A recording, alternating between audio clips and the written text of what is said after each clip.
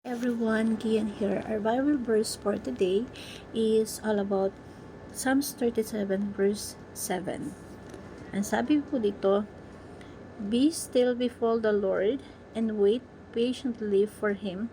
Do not fret when people succeed in their ways, when they carry out their wicked schemes." Ikaw ay manahimik sa Panginoon at matyaga kang mag-antay sa Kanya. Huwag kang mapalisa, gumiginhawa sa lakad niya dahil sa taong nagsasagawa ng masamang pakana. So, ito pong salmo na to is pinapaalala sa atin. Kailangan natin magtiwala sa Panginoon. Kailangan natin magantay sa Panginoon. Huwag tayong mabalisa kung mayroong mga tao sa paligid natin nagiging successful, lalo na yung mga corrupt people, lalo na yung masasama yung ginagawa.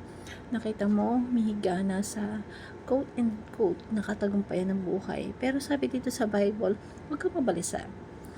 Huwag mong isipin na kayahin sila sa kanilang ginagawa para magtagumpay ka din. Kagaya nila. Matuto ka magantay ngayon. Hayaan mo ang Diyos magbigay sa'yo ng katagumpayan. So, yung teaching natin, contentment before God is secret to happy life. Kung gusto mo maging masaya sa buhay, kung gusto mo ikaw ang pinakamasayang tao sa mundo, makontento ka.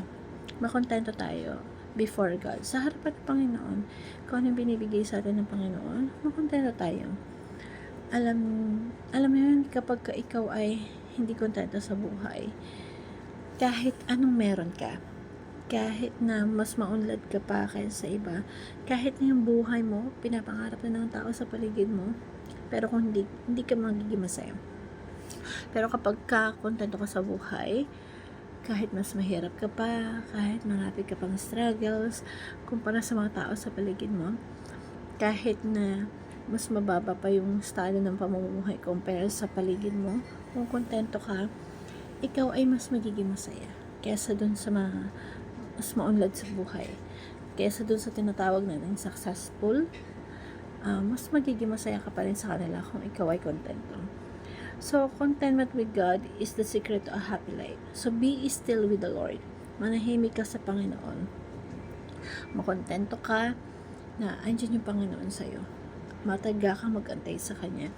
So, yung mga, kung titignan natin, diba, yung mga babies, kapag umiyak yan, ibig sabihin may mga kailangan yan. Pero kapag nabigay mo na yung kailangan yan, tahimik na siya, hindi na siya iyak, masaya na siya. So, ganun din sa tao, ganun din tayo. Kailangan minsan maging baby tayo, na makontento tayo sa kung ano yung ibinigay sa atin, na kapag naibigay sa atin yun, nagawa ng mga magulang natin yun, ang saya-saya na natin. So, kailangan natin maging baby minsan sa buhay natin. Na, once na na-address ng magulang natin yung kailangan natin, or ma-address na Diyos ko ano yung kailangan natin, alam mo yun, masaya na. Masaya yung pakiramdam. Kailangan natin maging baby minsan. Makontento tayo kung ano yung binibigay ng ating God the Father sa atin. Alam ng Diyos ko yung kailangan natin. At kapag naibigay ng Diyos yun, nakontento na tayo na parang baby. Na masaya na tayo. Tayo mga tao kasi habang lumalaki, habang nagkakaedad, dumadami yung gusto natin. Isipin mo yung baby, unti lang kailangan yan eh. Pero kapag tumatanda tayo, nagkakaisip tayo, marami na tayong gusto na hindi naman natin kailangan. So, number 2 is God provides everything we need. But, God provide. Yung Diyos natin bilang magulang natin, ama natin sa langit, ibibigay niya lahat ng kailangan natin. But, not everything we want. Alam niyo po na hindi lahat ng gusto natin ibibigay ng Diyos. Pero lahat ng kailangan natin ibibigay niya ng Diyos. So, parang baby tayo bilang magulang, kung ano yung kailangan natin, ibibigay ng magulang. Bilang mabuting magulang, ibibigay at susupport ko ano yung kailangan ng anak. Pero hindi lahat ng bata. Hindi lahat ng anak natin or ng, gusto ng anak, ibibigay ng magulang. Marami tayong gusto na hindi makakabuti sa atin. Maraming alam mo yun, example, buong magdamag. Gusto ng bata, manood ng Cocomelon buong magdamag. Gusto niya yan. Pero hindi kailangan ng bata na ganun buong magdamag manood, di ba? So, ako, or tayo, meron tayong gusto sa buhay natin, pero pag titignan mo, hindi naman talaga importante yung kailangan natin eh. Hindi naman importante yun eh. So, ang ibibigay sa atin ng ating Panginoon ay kung ano yung kailangan natin. Ganun po yung Diyos sa atin. God provide everything that we need, but not everything that we want. So, alam ng Diyos kung kailangan natin. Alam ng Diyos yun eh. Kung mayroon alam kung ano may bagay na kailangan natin, alam ng Diyos yun. Nakikita ng Diyos kung ano yung pinakamainam sa atin. At number 1, contentment. Kung gusto mo maging masaya sa buhay, makontento ka. God's provide everything that we need. Lahat ng kailangan natin ipoprovide ng Panginoon. And number 3, envy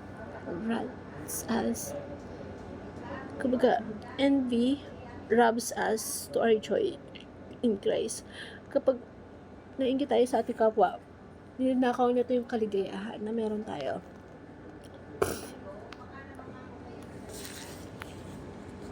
So, kung Kristiyano ka, nasa iyo si Kristo, you have everything.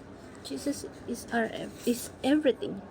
Tapos may inggit ka sa isang taong walang Kristo, di ba? Kasi nagkaroon sila ng gusto ng bagay, nakakapag-travel sila, kasi nakikita mo happy sila sa mga post nila. Ba't ka mainggit sa ibang tao na kung alam mo ikaw nasa iyo na si Kristo? Jesus is our everything. Na yung mga maliliit na bagay around the world, kotse lang yan, bahay lang yan, maliliit yan. Kailangan natin makontento sa ating Panginoon na nasa atin. And we robs us of our joy in Christ. Huwag natin hayaan na nakawin ng inggit yung kaligayahan na meron tayo kay Kristo. Tandaan natin lahat ng bagay lilipas. Lahat ng mga bagay temporal. Pero meron kang isang hindi nagwawakas at hindi kumukupas at hindi kaiiwanan. Hindi lumilipas. At yan ang ating Panginoon Jesucristo. When you have Jesus, you have everything.